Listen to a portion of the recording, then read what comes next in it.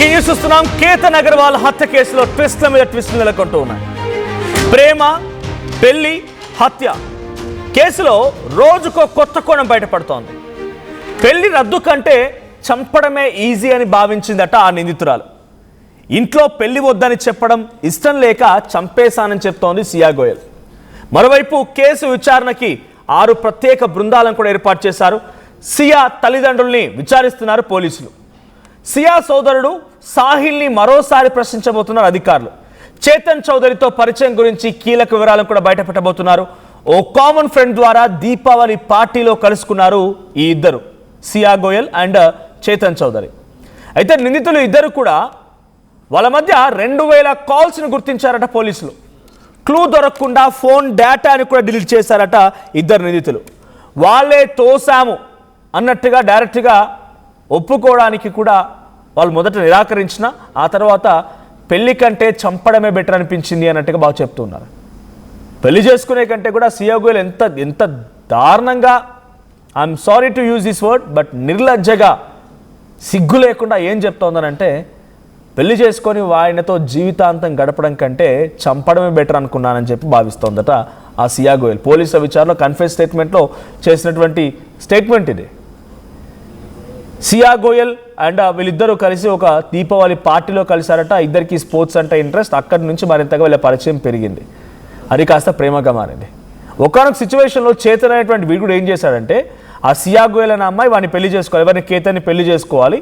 పెళ్లి చేసుకొని కేతన్తో తను ఫుల్గా రైట్స్ సాధించినాక, భార్యగా అన్ని రకాల హక్కులు సాధించిన తర్వాత కేతన్ని అప్పుడు చంపేస్తే ఆ ఆస్తి మొత్తం సియా గోయల్కి భార్యగా తనకే చెందుతుంది. సియా గోయల్ ద్వారా నేను అనుభవించవచ్చు.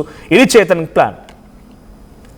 అటు సాహిల్, ఎవరు ఈ సాహిల్? సియా గోయల్ తమ్ముడు. ఆయన మళ్ళీ విచారిస్తున్నారు పోలీసులు. అటు సియా గోయల్ తల్లిదండ్రులు కూడా విచారిస్తున్నారు. ఇలా అనేక కోణాలు కూడా విచారణ జరుగుతుంది. 6 ప్రత్యేక బృందాలు కూడా విచారణలో భాగమవుతున్నాయి. ఆ ప్రత్యేక బృందాలు మరిన్ని ఆధారాల కోసం వెతుకుతూ ఉన్నారు. 2000కు పైచిలకు ఫోన్ కాల్స్, కాల్ డేటాని కూడా పూర్తిగా డిలీట్ చేశారట ఇద్దరు, సియా గోయల్ అండ్ చేతన్. నిన్నటి వరకేమో ఒకరిపై ఒకరు నెట్టుకున్నారు. నాకేం సంబంధం లేదు, అటు సియా గోయల్ చెప్తే నేను చేశానని చేతన్ అంటే, లేదు చేతన్ చెప్పడం మూలంగా నేను చేశానని సియా గోయల్. ఒకరిపై ఒకరు నిందరేసుకున్నారు పోలీస్ కన్ఫెస్ స్టేట్మెంట్లో కూడా.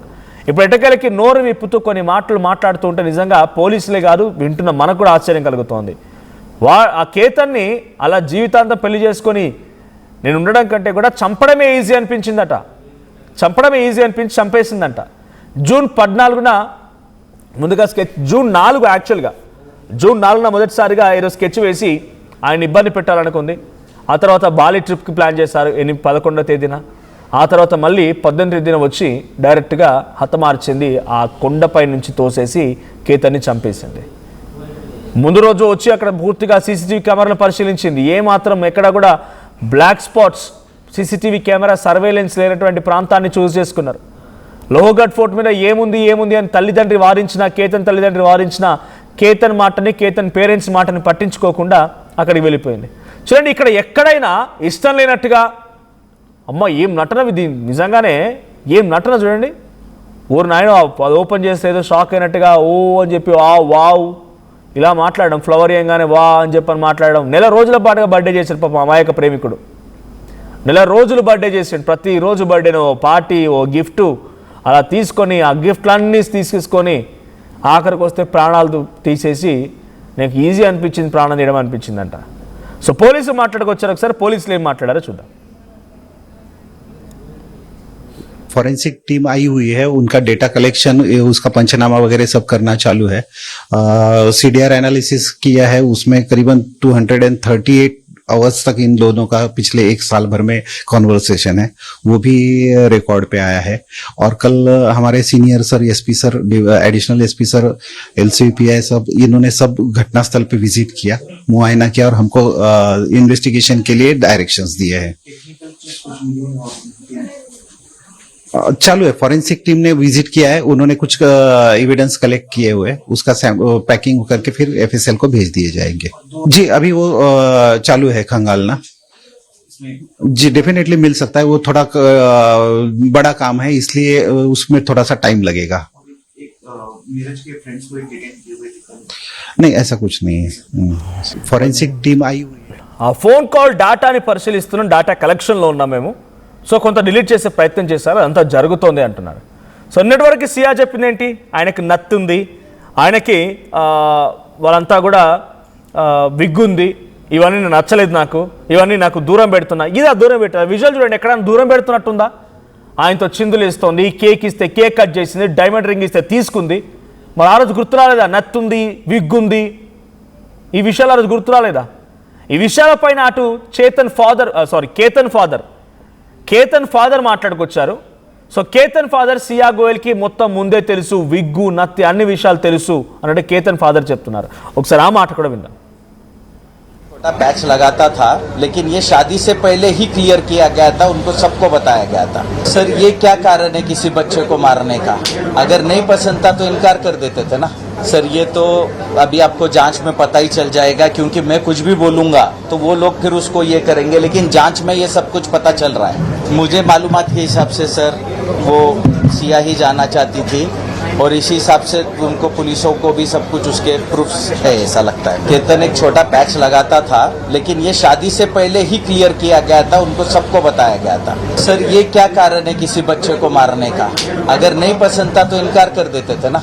सर ये तो अभी आपको जांच में पता ही चल जाएगा, क्योंकि मैं कुछ भी बोलूंगा तो वो लोग फिर उसको ये करेंगे, लेकिन जांच में ये सब कुछ पता चल रहा है. मुझे मालूमात के हिसाब से सर वो सिया ही जाना चाहती थी, और इसी हिसाब से उनको पुलिसों को भी सब कुछ उसके प्रूफ्स है, ऐसा लगता है. केतन एक छोटा पैच लगाता था. సో సియా గోయల్ ఇట్లా చెప్తోంది, కన్ఫెస్ చేస్తోంది, విగ్గుంది నత్తుంది, నాకు నచ్చలేదు, అందుకే నేను వద్దని చెప్పాను, నా ఇంట్లో కూడా నేను చేసుకోనని చెప్పాను, కానీ నన్ను బలవంత పెట్టారు, నేను అందుకే కొంత ఆయన్ని ఈ రకంగా చూడాల్సి వచ్చింది, జీవితాంతం గడపడం కంటే కూడా చంపడం ఈజీ అని చెప్పి చంపేశాను. ఆ రోజు ఎంగేజ్మెంట్ రోజు డైమండ్ రింగ్ ఇచ్చి నీ వేలికి తొడిగిన రోజు విగ్గు నత్తి అట్లాగే ఉంది.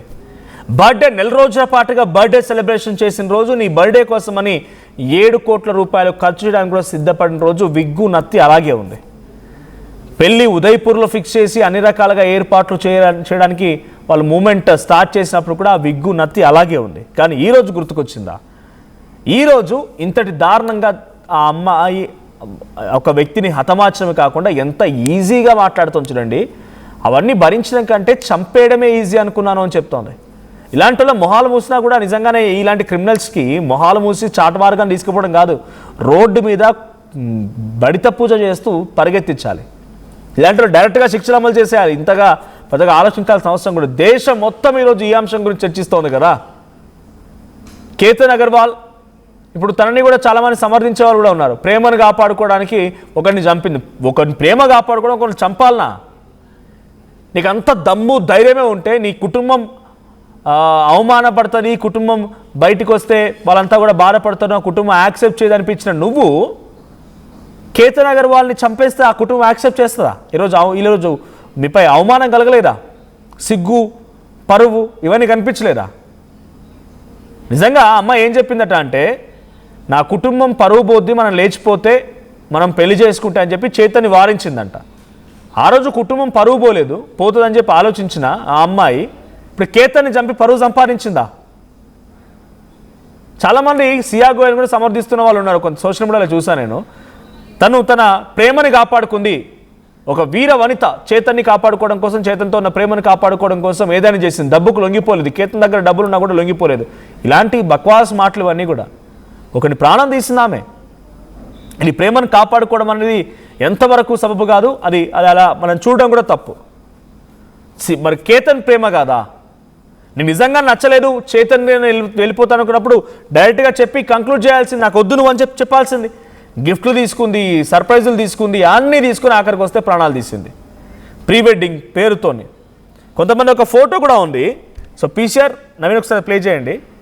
సో ఇదేంటి, లడ్కా మారో ప్రైవేట్ లిమిటెడ్, ఒకసారి ప్లే చేయండి. ఇంట్రెస్టింగ్గా సోషల్ మీడియా సర్క్యులేట్ అవుతున్న ఈ ఫోటోని నేను మీకు చూపించాలనుకుంటున్నాను. సో దీంట్లో మీరు గమనించండి, మీకు కనుక గుర్తుంటే వాళ్ళ నేమ్స్, నాకు వాళ్ళ పేర్లు తెలియదు, బట్ ఒక్కొక్క ఇన్సిడెంట్లో చాలా స్పెషలిస్ట్ వాళ్ళంతా కూడా. డ్రమ్ముల్లో పెట్టి కప్పెట్టడాలు, థమ్సాప్లు, తర్వాత ఒక బ్రిడ్జ్ దగ్గర సెల్ఫీ తీసుకుందామని చెప్పి అక్కడ ఆగిపోయి ఆ బ్రిడ్జ్ పై నుంచి నీటిలో భర్తను దోసేయడాలు, వీళ్ళందరూ కూడా ఆ ఫోటో లడ్కా మారో ప్రైవేట్ లిమిటెడ్, రైట్, ఇదే ఆ ఫోటో. సో మీరు వీళ్ళని గుర్తుపట్టండి. దీంట్లో ఒక సోనాక్షి, ఎక్కడ కన్సల్టెంట్ దగ్గర సిక్కిం దగ్గర తన భర్తను తీసుకెళ్ళి హనీమూన్ పేరిట హతమార్చినటువంటి మహిళ ఆమె.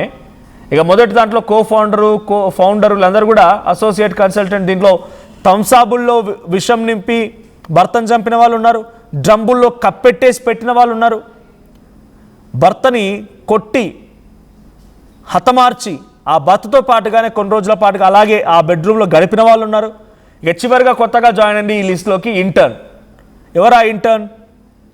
ఇప్పుడు సియా గోయల్ కాబోయేటువంటి ఆ భర్తని ఎంగేజ్మెంట్ అయిపోయిన తర్వాత పెళ్లి చేసుకోవడం ఇష్టం లేక ఈజీగా చంపేసిందంట.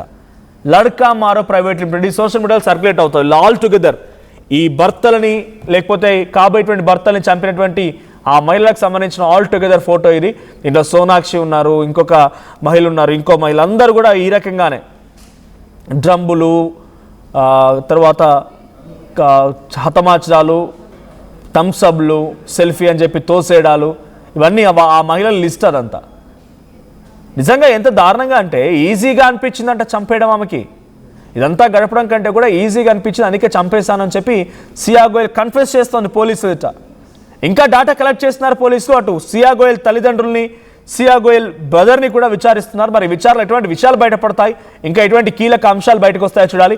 సో ఇటువంటి వారిని ఎలా శిక్షించాలి? వీళ్ళంతా ఇంకా బ్రతికే ఉన్నారు. వీళ్ళ బారిన పడి భర్తలుగా మారిన వాళ్ళు చచ్చిపోయారు, వీళ్ళు మాత్రం సేఫ్గా బతికే ఉన్నారు. ఒకటి రెండు నెలల పాటుగా జైల్లో ఉన్నారు, బయటకు వచ్చి మళ్ళీ బెయిల్ పైన ఎంజాయ్ చేస్తున్నారు లైఫ్ని. సో ఇలాంటి వాళ్ళు ఎలా శిక్షించాలి? మీ అభిప్రాయం ఏంటి? కామెంట్ చేయండి.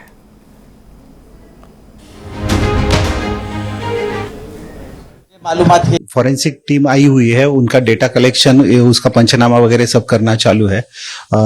सीडीआर एनालिसिस किया है, उसमें करीबन 238 आवर्स तक इन दोनों का पिछले एक साल भर में कॉन्वर्सेशन है, वो भी रिकॉर्ड पे आया है. और कल हमारे senior sir, SP sir, additional SP sir, LCPI सब, इन्होंने सब घटनास्थल पे विजिट किया, मुआयना किया और हमको इन्वेस्टिगेशन के लिए डायरेक्शंस दिए हैं. चालू है. फॉरेंसिक टीम ने विजिट किया है, उन्होंने कुछ एविडेंस कलेक्ट किए हुए, उसका पैकिंग करके फिर एफएसएल को भेज दिए जाएंगे. जी अभी वो चालू है खंगालना. जी डेफिनेटली मिल सकता है, वो थोड़ा बड़ा काम है, इसलिए उसमें थोड़ा सा टाइम लगेगा. नीरज के फ्रेंड्स को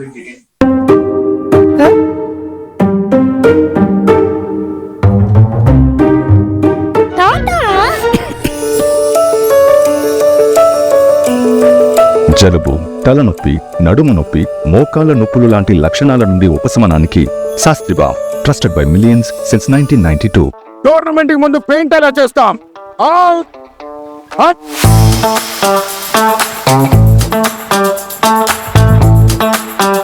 ప్లాన్ అయితే చాలా బాగుంది సార్, స్టేడియం పరిస్థితి చూడండి. టోర్నమెంట్ ముందు పెయింట్ ఎలా చేస్తాం? టెక్నో పెయింట్స్ ఉందిగా. Techno paints, township, dam, stadium లేదా మనీళ్లు, పెయింట్స్ నుంచి పెయింటింగ్ వరకు పూర్తి సొల్యూషన్ కావాలంటే మేమున్నాం. కానీ సార్, టైంకి పూర్తవుతుందా? రోజుకు 23 లక్షల స్క్వేర్ ఫీట్ పెయింటింగ్ చేయగల సామర్థ్యం, 5,000 మంది స్కిల్డ్ లేబర్ టీం మా వెంట ఉంది. 23 లక్షల? అవును. ప్రపంచ స్థాయి రంగులు, అద్భుతమైన షేడ్స్ తో భారతదేశపు అసలైన పెయింట్ మరియు పెయింటింగ్ శక్తిని నేనే. VR techno paints. Techno paints.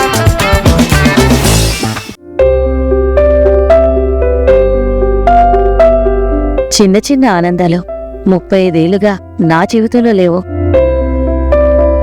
35 ఏళ్లుగా నేను డైపర్లలో బ్రతికాను. 6 సెంటీమీటర్ల ఫిస్టులా నా మూత్రాశయంలో లీక్ కారణమైంది. ఎవరూ నాకు సహాయం చేయలేకపోయారు. ఏఐఎన్యూలో వైద్యులను కలిసే వరకు. అక్కడ వారు రోబోటిక్ శస్త్రచికిత్సతో నాకు పరిష్కారం ఇచ్చారు. వారు నా ఆత్మవిశ్వాసాన్ని కూడా తిరిగిచ్చారు. Precision care makes it possible. The Center for Robotic Surgery at AINU